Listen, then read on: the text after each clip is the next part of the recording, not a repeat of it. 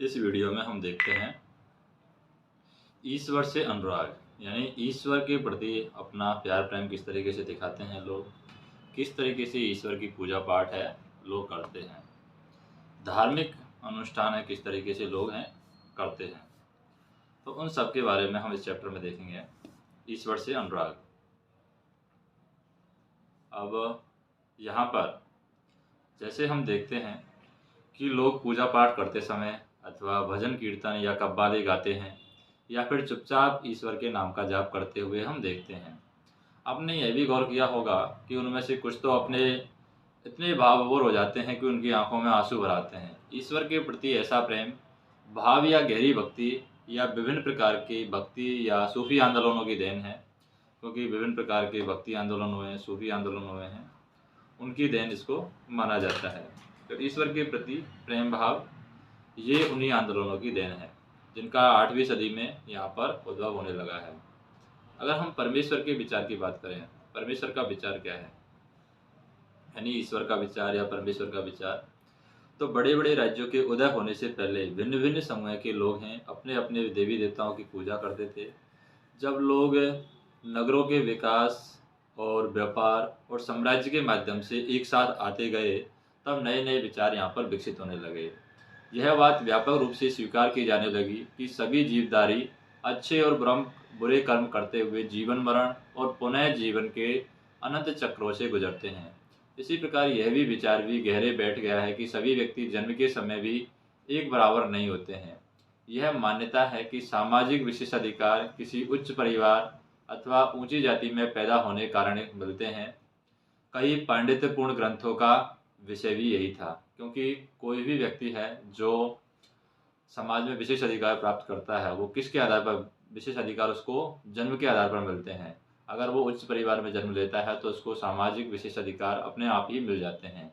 इसलिए ये कहा जाता है कि सभी व्यक्ति है जन्म के समय बराबर नहीं होते हैं।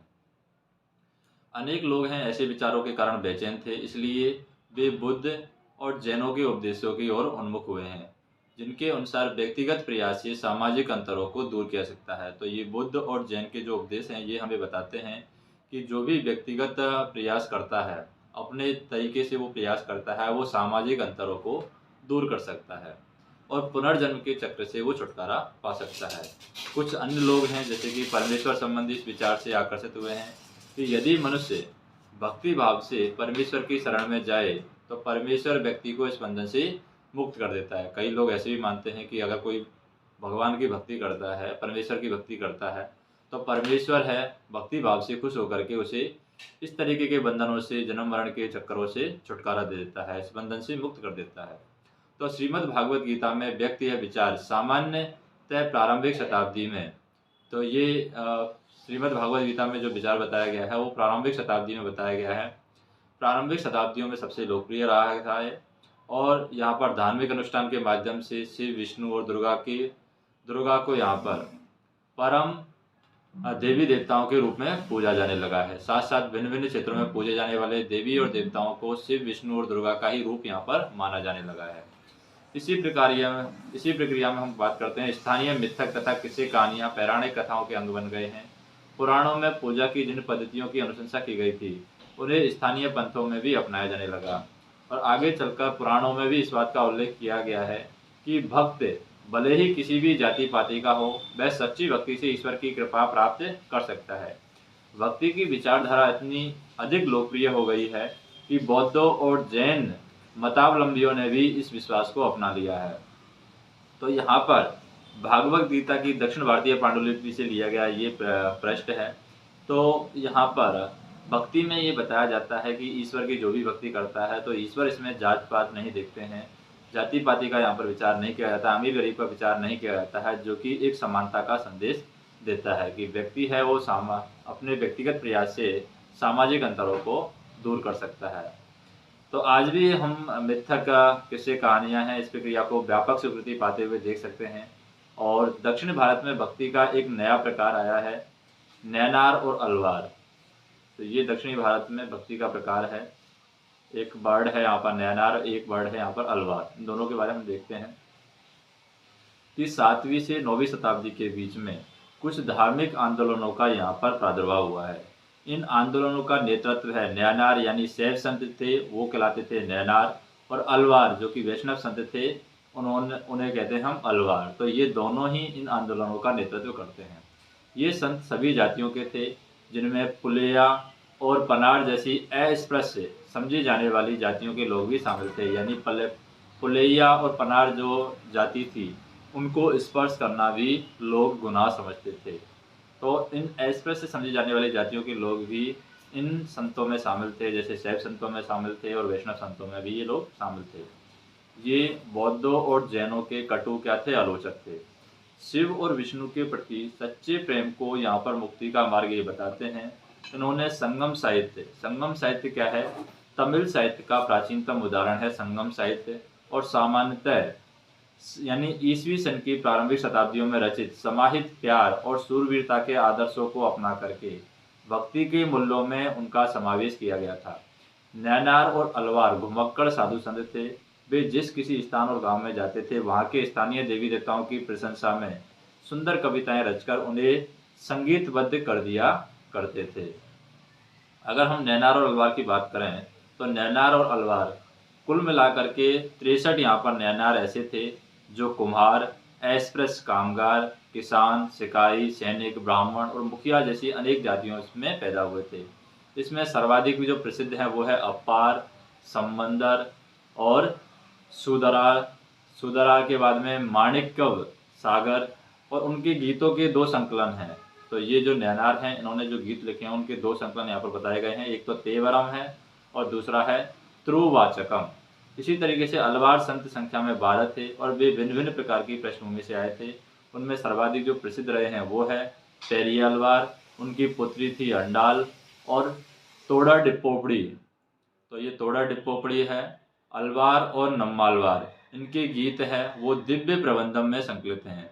तो यहाँ पर अलवार संतों ने जो गीत लिखे हैं वो दिव्य प्रबंधम में संकलित हैं, और जो नैनार लोगों ने जो गीत लिखे हैं इनके 2 संकलन हैं, एक तो तेवरम है, एक त्रुवाचकम है। तो धार्मिक जीवनी, संत जीवनी लेखन है, संतों की जीवनियाँ लिखना, उनको हम कहते हैं संत जीवनी लेखन। तो माणिक्य वगार की एक कांस्य प्रतिमा यहाँ पर बताई गई है। माणिक्य सागर की यहाँ पर ये कांस्य की प्रतिमा है बताई गई है। तो 10वीं से 12वीं सदियों के बीच में चोल और पांड्य राजाओं ने उन अनेक धार्मिक स्थलों पर विशाल मंदिर बनवाए हैं जहाँ की संत कवियों ने यात्रा की थी। इस प्रकार भक्ति परंपरा और मंदिर पूजा के बीच में गहरे संबंध यहाँ पर स्थापित हो गए हैं। यही वह समय था जब उनके कविताओं का संकलन यहाँ पर तैयार किया गया है। इसके अलावा अलवारों और नैनार संतों की धार्मिक जीवनियाँ भी रची गई हैं। आज हम भक्ति परंपरा के इतिहास लेखन में इन जीवनियों के स्रोत के रूप में उपयोग करते हैं। भक्त और भगवान की अगर हम बात करें, भक्त और भगवान के बारे में एक कविता लिखी गई है। माणिक्य सागर की एक रचना है जिसमें लिखा गया है, मेरे हाड़ मास में घृणित पुतले में तुम आए जैसे यह कोई सोने का मंदिर हो। मेरे कृपालु प्रभु, मेरे विशुद्धतम रत्न, तुमने मुझे संतावना देकर के बचा लिया है। तुमने मेरा दुख, मेरा जन्म मृत्यु का कष्ट, मोह माया हर लिया है, मुझे मुक्त कर दिया है। हे ब्रह्मानंद, हे प्रकाश में, मैंने तुम्हें शरण ली है और मैं तुमसे कभी दूर नहीं हो सकता। तो ऐसा कवि ने भगवान के साथ अपने संबंध का यहाँ पर वर्णन किया है। अगर हम बात करें दर्शन और भक्ति की, तो दर्शन और भक्ति से संबंधित बातें हैं। भारत में सर्वाधिक प्रभावशाली दार्शनिकों में जो हुए हैं, एक शंकर का जन्म 8वीं शताब्दी में केरल प्रदेश में हुआ था, जो सर्वाधिक दार्शनिक भारत में माना जाता है। और ये अद्वैतवाद के समर्थक थे। अद्वैतवाद क्या है, जिसके अनुसार जीवात्मा और परमात्मा जो परम सत्य हैं, दोनों एक ही हैं। उन्होंने यह शिक्षा दी कि ब्रह्मा जो एकमात्र या परम सत्य है वह निर्गुण और निराकार है। शंकर ने हमारे चारों ओर के संसार को मिथ्या या माया माना है और संसार का परित्याग करने अर्थात संन्यास लेने और ब्रह्मा की सही प्रकृति को समझने और मोक्ष प्राप्त करने के लिए ज्ञान के मार्ग को अपनाने का यहाँ पर उपदेश दिया है। रामानुज जो है, रामानुज 11वीं शताब्दी में ये तमिलनाडु में पैदा हुए थे रामानुज, और ये विष्णु भक्त अलवार संतों से बहुत प्रभावित थे। इनके अनुसार, जो रामानुज है, इनके अनुसार मोक्ष प्राप्त करने का उपाय है विष्णु के प्रति अनन्य भक्ति भाव रखना है। भगवान विष्णु की कृपा दृष्टि से भक्त उनके साथ एकाकार होकर के परमानंद प्राप्त कर सकता है। रामानुज है उसने विशिष्टाद्वैत के सिद्धांत का प्रतिपादन किया है। विशिष्टाद्वैत का प्रतिपादन यहाँ पर रामानुज ने किया है और जो शंकर थे उन्होंने अद्वैतवाद के समर्थक माने जाते हैं, जिनके अनुसार आत्मा और परमात्मा के जुड़ने के बाद भी अपनी अलग सत्ता बनाए रखती है, यानी आत्मा परमात्मा से जुड़ जाती है, उसके बाद भी आत्मा की अपनी अलग सत्ता रहती है। जबकि जो शंकर ने बताया है वो अद्वैतवाद के समर्थक थे, उन्होंने बताया है कि परमात्मा और जीवात्मा एक ही है, लेकिन यहाँ पर आत्मा और परमात्मा को जुड़ने के बाद में भी आत्मा है परमात्मा के अंदर अपना अलग अस्तित्व रख सकती है, ऐसा इन्होंने बताया है। रामानुज के सिद्धांत ने भक्ति की नई धारा को बहुत प्रेरित किया, जो परवर्ती काल में उत्तरी भारत काल में विकसित हुई थी। उसके बाद में वसवन्ना का वीरशैववाद की अगर हम बात करें, वसवन्ना का वीरशैववाद, तो हमने यहाँ पर पढ़ा है कि तमिल भक्ति आंदोलन और मंदिर पूजा के बीच क्या संबंध थे। इसके परिणाम स्वरूप जो प्रतिक्रिया हुई वह है वसवन्ना और अल्लामा प्रभु यानी कि अक्क महादेवी जैसे उनके साथियों के द्वारा प्रारंभ किए गए वीरशैव आंदोलन में स्पष्ट दिखलाई देता है। यह आंदोलन 12वीं शताब्दी के मध्य में कर्नाटक में ये प्रारंभ हुआ था और वीरशैवों ने सभी व्यक्तियों की समानता के पक्ष में और जाति तथा नारी के प्रति व्यवहार के बारे में ब्राह्मणवादी विचारधारा के विरुद्ध अपने प्रबल तर्क प्रस्तुत किए हैं। इसके अलावा वे सभी प्रकार के कर्मकांडों और मूर्ति पूजा के वे विरोधी थे। तो वीरशैवों के वचन यहाँ पर बताए गए हैं, जैसे कि जो वसवन्ना के द्वारा बताए जाते हैं वीरशैवों के वचन। धर्मान लोग शिव के लिए मंदिर बनाते हैं, मैं एक गरीब आदमी क्या करूँगा। मेरी टांगे खंबे हैं, शरीर तीर्थ मंदिर है और सिर उसकी छतरी है और सोने की बनी हुई है। जरा सुनो, नदी संगम के प्रभु, खड़ी हुई चीज़ें कभी गिर जाएंगी लेकिन चलने वाली यहाँ पर सदा चलती रहेंगी। तो यहाँ पर हम बात करें महाराष्ट्र के ज्ञानेश्वर, महाराष्ट्र में है ज्ञानेश्वर, नामदेव, एकनाथ और तुकाराम जैसे वैष्णव संत कवि भगवान विट्ठल के उपासक थे और भगवान विट्ठल की आराधना ने वारकारी संप्रदाय को जन्म दिया है, जो कि पंढरपुर की वार्षिक तीर्थ यात्रा पर जोर देता है। और विट्ठल संप्रदाय का भक्ति के शक्तिशाली उत्पादन के रूप में, जो विट्ठल संप्रदाय है, विट्ठल संप्रदाय का भक्ति के शक्तिशाली उत्पादन के रूप में उदय हुआ है और लोगों में काफ़ी ये लोकप्रिय भी हुआ है। अगर महाराष्ट्र के संतों की अगर हम बात करें, महाराष्ट्र के संत कौन कौन से हैं। 13वीं से 17वीं शताब्दी तक महाराष्ट्र में अनेक संत कवि हुए हैं, जिनके सरल मराठी भाषा में लिखे गए गीत आज भी जन मन को प्रेरित करते हैं। उन संतों में सबसे महत्वपूर्ण थे ज्ञानेश्वर, नामदेव, एकनाथ और तुकाराम और सखुबाई जैसी स्त्रियां और चौखा मेला का परिवार, जो अस्पृश्य समझी जाने वाली महार जाति का था। भक्ति की यह क्षेत्रीय परंपरा पंढरपुर में विट्ठल विष्णु का एक रूप है, उस पर तन मन के हृदय में विराजमान व्यक्तिगत देव संबंधी विचारों पर यह केंद्रित थी। इन संत कवियों ने सभी प्रकार के कर्मकांड, पवित्रताओं के ढोंगों, जन्म पर आधारित सामाजिक अंतरों का विरोध किया है। यहाँ तक कि उन्होंने संन्यास के विचार को भी ठुकरा दिया है और किसी भी अन्य व्यक्ति की तरह रोजी रोटी कमाते हुए परिवार के साथ रहने और विनम्रता पूर्वक जरूरतमंद सभी व्यक्तियों को सेवा करते हुए जीवन बिताने को अधिक पसंद किया है। उन्होंने इस बात पर बल दिया है कि असली भक्ति दूसरों के दुखों को बांट लेना है और इससे एक नए मानवतावादी विचार का उद्भव हुआ है। जैसा कि सुप्रसिद्ध गुजराती संत नरसिंह मेहता ने कहा है कि वैष्णव जन तो तेने कहिए पीर पर आई जानी रे। तो इसको, ये गुजराती संत नरसिंह मेहता का जो भजन है, इसको महात्मा गांधी भी काफ़ी यहाँ पर पसंद करते हैं। सामाजिक व्यवस्था पर एक प्रश्न चिन्ह भी यहाँ पर लगाया गया है। संत तुकाराम का एक अभंग मराठी भक्ति गीत है, जो दीन दुखियों और पीड़ितों को अपना समझता है वही संत है, क्योंकि ईश्वर उसके साथ है। वह हर पल एक परित्यक्त व्यक्ति को अपने दिल से लगाए रखता है। वह एक दास के साथ भी अपने पुत्र जैसा व्यवहार करता है।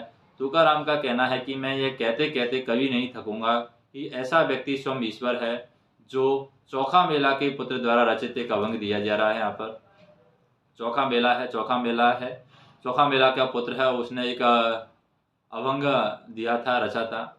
और यहाँ पर ये जो कवि हैं संत तुकाराम जी, ये कहते हैं कि मैं उस व्यक्ति को ईश्वर मानता हूँ जो हर वक्त एक परित्यक्त व्यक्ति का अपने दिल में समाये रखता है, एक दास के साथ भी अपने पुत्र जैसा व्यवहार करता है, जो दीन दुखियों और पीड़ितों को अपना समझता है, वही संत है, क्योंकि ईश्वर उस संत के साथ माना जाता है। ये मराठी भक्ति गीत है।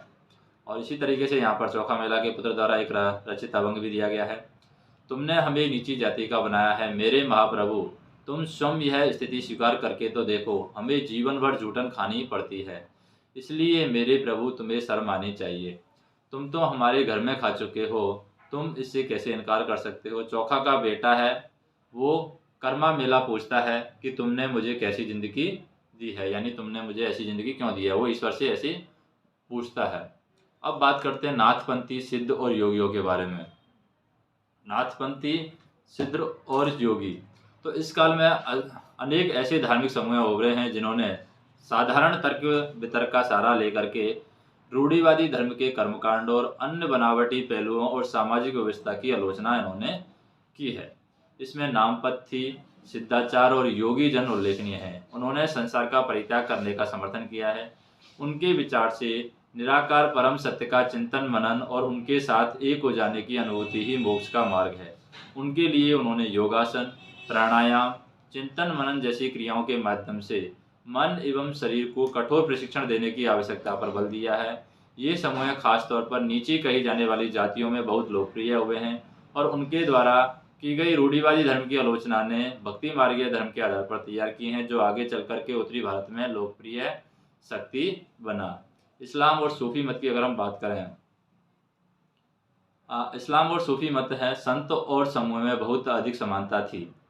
जो इस्लाम और सूफी संत की बात करें तो संतों और सूफियों में यहाँ पर बहुत अधिक समानता थी।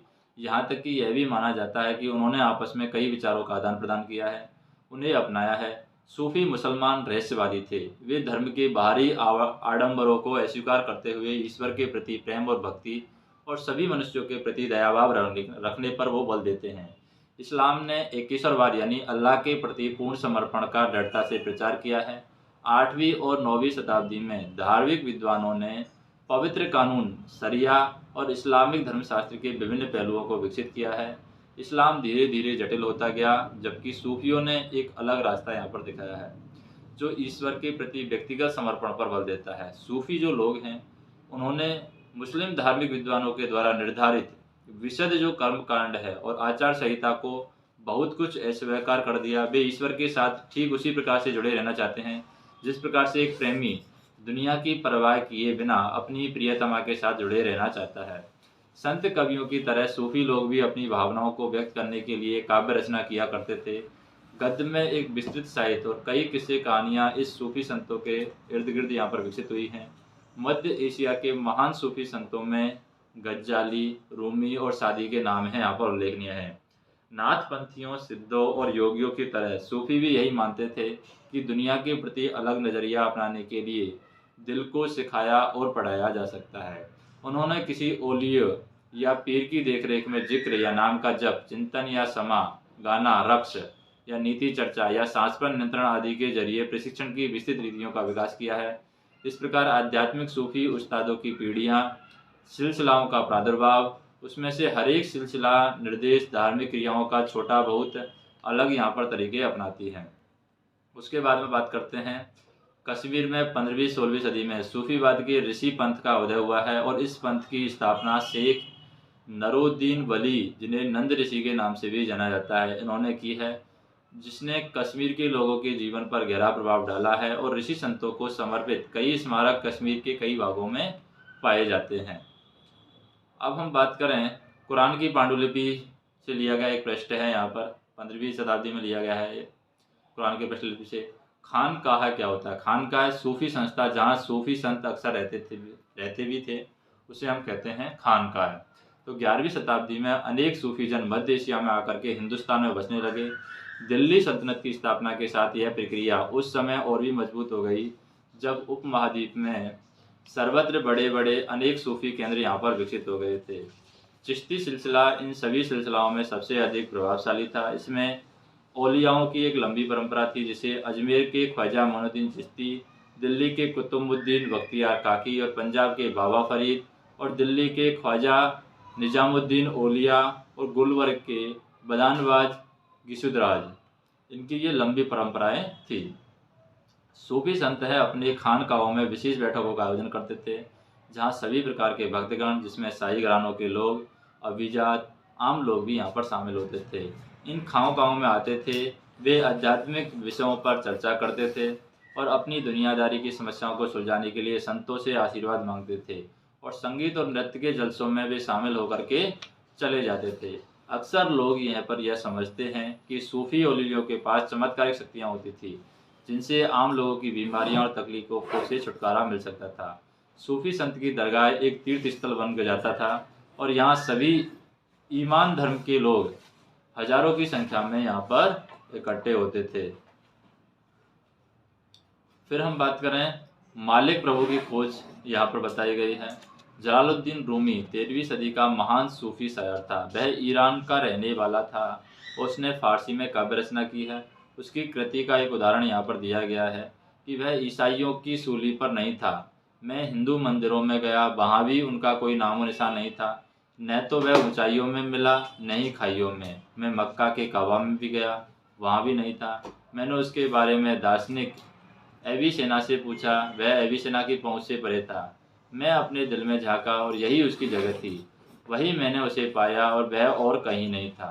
तो उत्तर भारत में धार्मिक बदलाव किस तरीके से आए हैं? अगर उत्तर भारत के धार्मिक बदलाव की बात करें तो 13वीं सदी के बाद उत्तरी भारत में भक्ति आंदोलन की एक नई लहर आई, और यह एक ऐसा युग था जब इस्लाम और ब्राह्मणवादी हिंदू धर्म, सूफी मत, भक्ति की विभिन्न धाराओं ने नाथपंथियों, सिद्धों और योगियों से परस्पर एक दूसरे को प्रभावित किया है। हमने देखा है कि नए नगरों और राज्यों का उद्भव हो रहा था। लोग अपने लिए नए नए व्यवसाय, नई नई भूमिकाएं खोज रहे थे। ऐसे लोग विशेष रूप से शिल्पी, कृषक, व्यापारी और मजदूर और इन नए संतों को विचारों को सुनने के लिए इकट्ठे हो जाते थे। फिर वे उनका प्रचार भी यहाँ पर करते थे। जैसे कि चैतन्य देव। चैतन्य देव 16वीं शताब्दी के बंगाल के एक भक्ति संत हैं। इन्होंने कृष्ण राधा के प्रति निष्काम भक्ति भाव का उपदेश दिया है और अनुयायियों के एक समूह को आनंद में नाचते हुए यहाँ पर चैतन्य देव के अनुयायियों को यहाँ पर दिखाया गया है। तो यहाँ पर हम बात करें कि उसमें से कबीर और बाबा गुरु नानक जैसे संतों ने सभी आडंबरपूर्ण रूढ़िवादी धर्मों को अस्वीकार कर दिया। तुलसीदास जी और सूरदास जी जैसे कुछ अन्य संतों ने उस समय विद्वान विश्वासों और पद्धतियों को स्वीकार करते हुए उन्हें सबकी पहुंच में लाने का प्रयत्न किया है। तुलसीदास जी ने ईश्वर को राम के रूप में धारण किया है, और अवधि, जो कि पूर्वी उत्तर प्रदेश की बोली थी, इसमें लिखी गई तुलसीदास की रचना रामचरितमानस उनके भक्ति भाव की अभिव्यक्ति और साहित्यिक कृति है। दोनों की दृष्टि से वो महत्वपूर्ण है। सूरदास श्री कृष्ण के अनन्य भक्त थे और उनकी जो रचनाएं हैं, जैसे सूरदास की रचना है सूर सागर है, सूरदास की रचनाओं में है हमारी, जैसे सूर सागर सूरदास की रचना है। सूरसा रावली है, वो सूरदास की रचना है।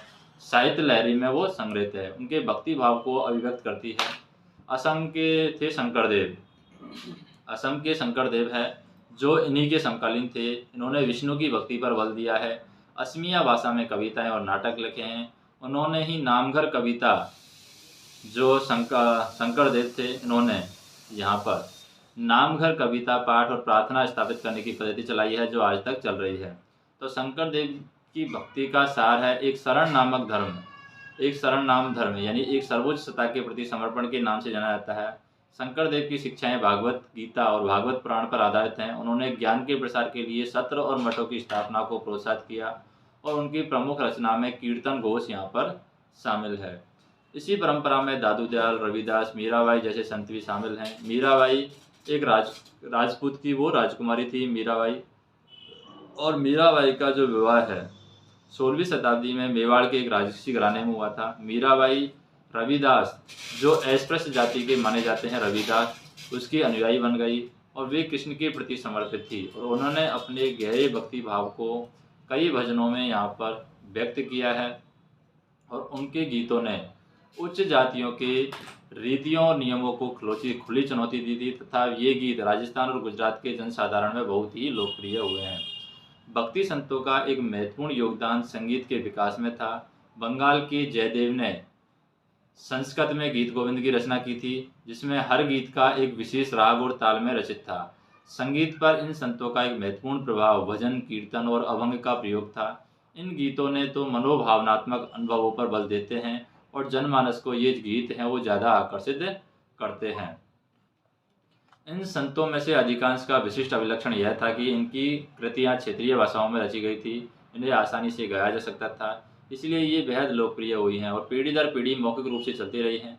प्राय इन गीतों के प्रसारण में सर्वाधिक निर्धन, सर्वाधिक वंचित समुदाय और महिलाओं की भूमिका रही है। प्रसारण की इस प्रक्रिया में ये सभी लोग हैं अक्सर अपने अनुभव भी जोड़ देते हैं। इस तरह आज मिलने वाले गीत संतों की रचनाएं तो नहीं हैं, साथ साथ ही उन पीढ़ियों की लोगों की रचनाएं भी मानी जाती हैं जो इन्हें गाया करते थे। वे हमारी जीती जागती जन संस्कृति का यहाँ पर अंग बन गई है। ये राणा के राजमहल से परे यहाँ पर मीरा के द्वारा रचा हुआ गीत बताया गया है कि लोक लाज कुलरा मर्यादा जग के, यहाँ पर महल अटारी सब त्यागे, यानी कि त्याग की भावना यहाँ पर दिखाई गई है। त्यागो थारो वासनो शहर, यानी यहाँ पर शहर को त्याग दिया गया, यानी त्याग श्री कृष्ण के प्रति मीरा के त्याग की भावना को यहाँ पर बताया गया है। उसके बाद में कबीर है। कबीर के बारे में बात करें, कबीर संभवतः 15वीं-16वीं सदी में हुए थे और वे अत्यधिक प्रभावशाली संत थे। उनका पालन पोषण है कबीर का, वो बनारस में हुआ था और उसके आसपास के एक मुसलमान जुलाहा यानी बुनकर परिवार में हुआ था। तो ये कबीर का जो जन्म है बुनकर परिवार में हुआ था और उनके जीवन के बारे में हमारे पास बहुत कम विश्वसनीय जानकारी है। हमें उनके विचारों की जानकारी उनकी साखियों और पदों के विशाल संग्रह से मिलती है, जिनके बारे में कहा जाता है कि उनकी रचना तो कबीर ने की थी, परंतु ये घुमंतु लोग हैं भजन गायकों के द्वारा गाए जाते थे। इनमें से कुछ भजन हैं गुरु ग्रंथ साहिब, पंचवाणी और बीजक में संग्रहित और सुरक्षित भी हैं। सच्चे प्रभु की खोज में कबीर की एक रचना यहाँ पर बताई गई है, जिसमें ये गीत गाया गया है, अल्लाह राम जीरू तेरी नाई क्या ले माटी हुई सू, यानी यहाँ पर अब प्रकृति प्रेम को इस तरीके से कबीर ने यहाँ पर दिखाया है। तो इन दोहों में हम विचार कर सकते हैं कि किस तरीके से इन्होंने ईश्वर के प्रति अपने प्रेम को दिखाया है और करके पर काम करते हुए कबीर को यहाँ पर बताया गया है। उसके बाद में हम बात करें, कबीर के उपदेश प्रमुख धार्मिक परंपराओं की पूर्ण और प्रचंड अस्वीकृति पर आधारित थे। उनके उपदेशों में ब्राह्मणवादी हिंदू धर्म और इस्लाम दोनों की बाहरी आडंबरपूर्ण पूजा के सभी रूपों का मजाक उड़ाया गया है। उनके काव्य की भाषा बोलचाल की हिंदी थी और जो आम आदमियों के द्वारा आसानी से समझी जा सकती थी। उन्होंने कभी कभी रहस्यमयी भाषा का भी प्रयोग किया है, जिसे समझना कठिन होता है। कबीर निराकार परमेश्वरवाद में विश्वास रखते थे। उन्होंने यह उपदेश दिया है कि भक्ति के माध्यम से ही मोक्ष यानी मुक्ति प्राप्त हो सकती है। हिंदू और मुसलमान दोनों लोग उसके अनुयायी यहाँ पर हुए हैं। उसके बाद में बाबा गुरु नानक देव हैं। गुरु नानक देव की बात करें तो गुरु नानक देव हैं, जब वे युवक थे तो गुरु नानक देव महान भावों से चर्चा करते हुए गुरु नानक देव यहाँ पर बताए गए हैं जब वो युवक थे। तो कबीर की अपेक्षा बाबा गुरु नानक देव हैं, इनके बारे में हम कहीं अधिक जानते हैं। तलवंडी यानी कि पाकिस्तान में ननकाना साहब के जन्म लेने वाले बाबा गुरु नानक देव ने करतारपुर रावी नदी के तट पर डेरा बाबा नामक एक केंद्र स्थापित करने से पहले कई यात्राएं की थी। उन्होंने अपने अनुयायियों के लिए करतारपुर में एक नियमित उपासना पद्धति अपनाई, जिसके अंतर्गत उन्हीं के संबंधों यानी भजनों को गाया जाता था।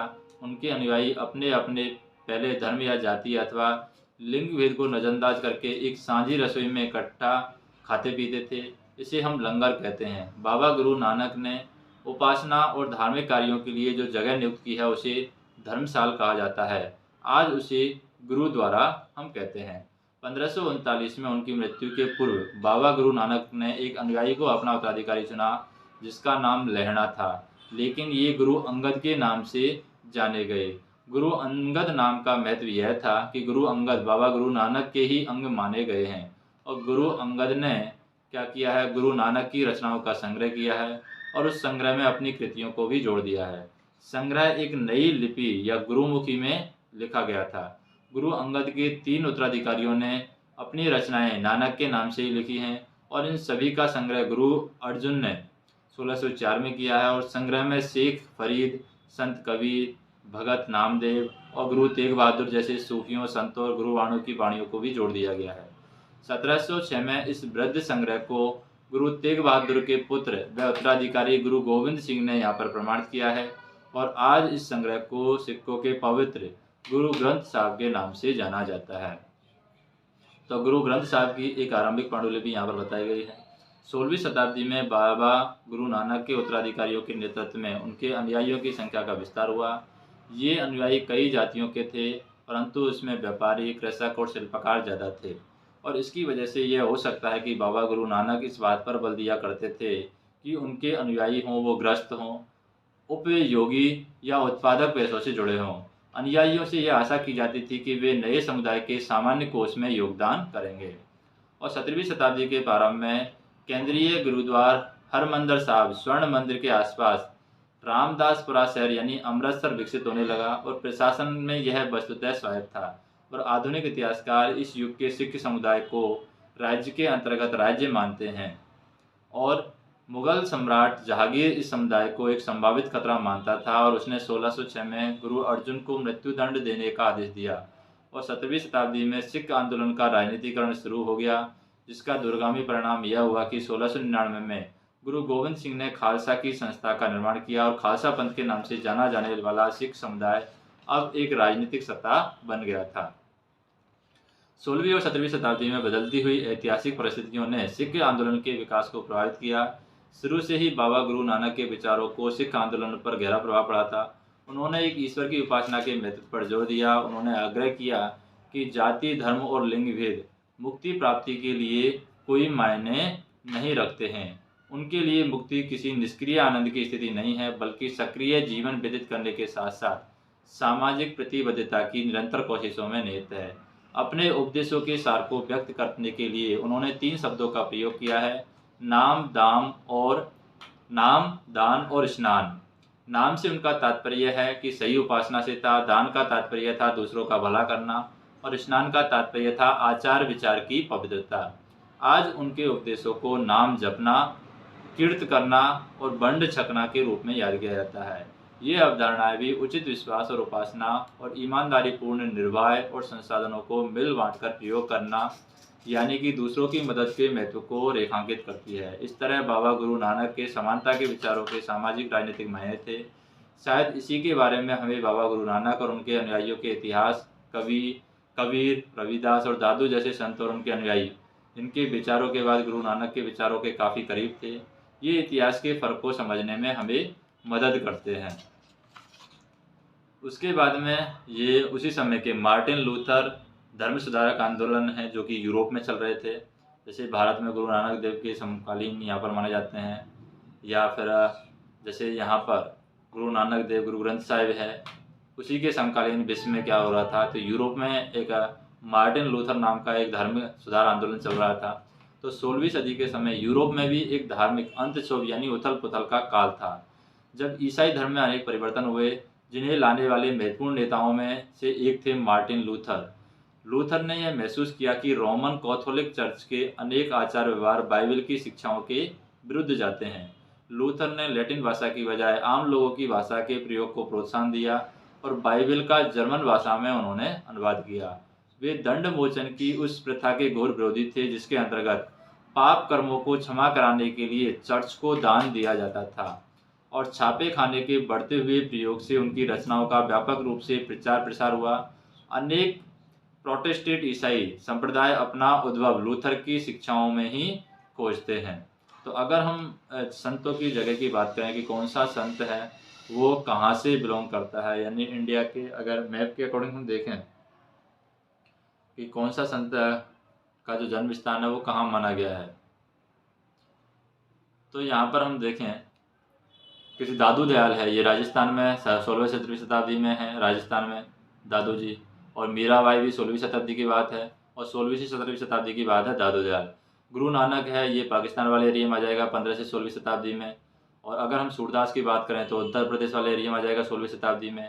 रामानंद की बात करें, रामानंद कबीर है 15 से 16वीं शताब्दी की बात है। रैदास है 15वीं शताब्दी की बात है। वल्लभाचार्य है 15वीं 16वीं शताब्दी की बात है। तुलसीदास जी हैं, ये भी मध्य प्रदेश वाले एरिया में आ जाएंगे, और ये 16-17वीं शताब्दी की बात है। महाराष्ट्र में बात करें तो महाराष्ट्र में एकनाथ जी हैं, ये 16वीं शताब्दी की बात है, और तुकाराम जी भी यहाँ पर हुए 16वीं शताब्दी में। और अगर हम बात करें यहाँ पर कर्नाटक वाले एरिया में बसवन्ना वाला एरिया आ जाएगा। तो तमिलनाडु की साइड हम देखें तो यहाँ पर माणिक्य सागर है 9वीं शताब्दी में। रामानुज है 11वीं से 12वीं शताब्दी में आ जाता है। चैतन्य देव है 15वीं से 16वीं शताब्दी में पश्चिम बंगाल वाले एरिया में आ जाएगा। शंकरवाद देव है यहाँ पर 15वीं से 16वीं शताब्दी में, ये मेघालय की साइड आ जाएगा। तो नरसिंह मेहता है 15वीं शताब्दी में गुजरात वाले एरिया में आ जाएगा। तो ये मैप के अकॉर्डिंग हम देख सकते हैं कि कौन सा जो कवि है या संत है वो कहाँ से बिलोंग करता है और कौन सी शताब्दी के आसपास उनका जन्म हुआ है।